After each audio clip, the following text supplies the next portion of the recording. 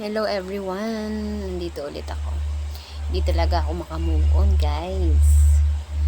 Talagang nagngingit-ngit talaga ako sa sobrang hindi ako get over dun sa mga nangyayari sa bansa natin. It's about the corruption, di ba guys? Talagang parang gusto nilang ilubog ang Pilipinas sa paghihirap. Alam mo yung gusto lang nila sila lang yung umangat. Gusto nila sila lang yung yumaman. Tapos yung mga mahihirap manatili na lang mahirap. Alam mo yung mga ganung mindset nila. Bakit kailangan yung magnakaw? Bakit kailangan yung mangurakot? Samantalang meron naman kayong mga sahod. Hindi pa ba sa inyo sapat yung mga sahod nyo? Diyos ko. Alam nyo kayong kurap kayo, kayong nangungurakot kayo sa gapan ng bayan. Alam nyo kayo, buhay pa kayo talaga, sinusunog na talaga kayo sa impyerno. At saka, ito, take note nyo, itandaan, ilagay nyo sa utak nyo. Kahit kayo magpayaman ng magpayaman dito sa lupa, kahit magpayaman kayo, ubusin ninyo lahat ng kayamanan ng lupa dito sa daigdig natin. Hindi nyo yan madalula pag kayo'y namatay. Diba? So, anong purpose ninyo? Bakit kayo nagpapakamal sa kayamanan na dapat hindi lang para sa inyo? Para yan sa buong bansa natin. Para yan sa mga kababayan natin. Para yan sa mga proyekto na dapat ginagamit ng mga kababayan natin.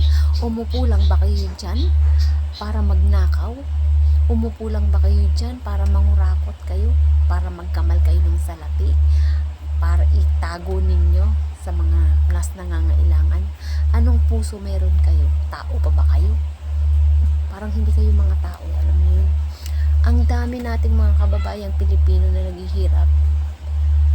Ang mga trabahador, bago dumating ang sahod nila, kaltas na. Kinaltasan na ninyo ng tax. 'Di ba? Halos wala nang matira sa mga sahod nila, sa sahod nila papunta sa kanilang mga pamilya.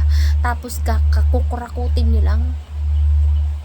Nakakagigil kayo, nakakaubos kayo ng ng pasensya, nakakapraning kayo. Diyos ko, alam nyo, sa totoo lang, dapat talaga kayo ibitay na.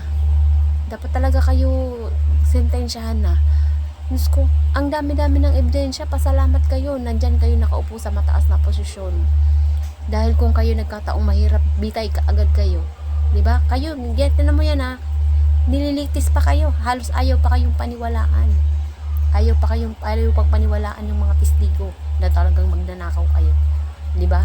Pero kung mahirap 'yan, agad-agad yan nakaposas na. 'Yun, 'di ba? Hindi patas ang batas. Lantaran, nakikita na.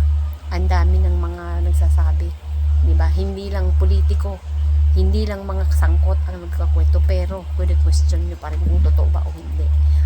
Mag-imbestiga kayo ng mabuti. Sa mga nag-iimbestiga dyan, mag-imbestiga kayo ng mabuti, parang awa nyo na. Ibalik ninyo sa kaban ng bayan ang pera. Ibalik ninyo sa taong bayan ang pera. Ilagay ninyo sa dapat paglagyan ang pera. Hindi yan para sa inyo, mga magnanakaw kayo. Hindi yan para sa inyo, mahiya kayo sa balat niyo.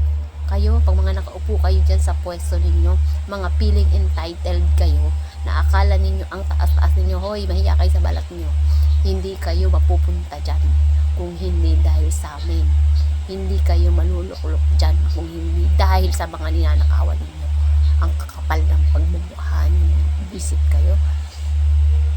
Pag talaga naman, nanggigigil talaga ako. Ako wala naman akong pakialam dahil hindi naman talaga ako nakikinabang sa inyo. Wala akong SS, wala akong kahit na ano sa gobyerno. Sariling sikap lang ang ginagawa ko. Alam nyo ba kung bakit ayoko mag-contribute sa inyo? Dahil alam kong nanakawin nyo lang. Magdanakaw kayo. Savings na nga sa bangko, gusto nyo pang kaltasan. Saan kayo nakakita ng ganyan? Tapos kukurapin nyo lang. Kakapal ng pagmumukha talaga ninyo. Nakakagigil talaga kayo. Sana naman sa mga mas nakakataas sa amin, sa mga mas nakakataas, bigyan nyo naman kami ng konting hustisya. Maawa naman kayo sa mga Pilipino. Maawa naman kayo sa mga tao. Diyos ko, kayo na lang ang yumayaman. Pero yung mga mahihirap lagong nanghihirap. Magkaroon naman kayo ng kakapalan ng mukha. Panipisin naman ninyo ang mga mukha ninyo kahit konti lang. Diyos ko po. Alam nyo kayo, Hindi ko alam kung tao pa ba kayo. Hindi ko alam kung nakakakain nyo ba, pinapakain ninyo sa pamilya ninyo ang mga galing sa nakaw. Natitiis nyo yun. Samantalang yung ibang mga Pilipino, nakapatid nating mga Pilipino, naghihirap halos na sa kalsada na lang, namamalimos, tapos kayo nagpapakasasa kayo sa kaba ng bayan na dapat hindi yan nasa inyo. Ang kakapal talaga ng mukha ninyo. Diba? So ayun, sana tabla naman kayo kahit papaano. Tigas talaga ng mukha nyo, buisit.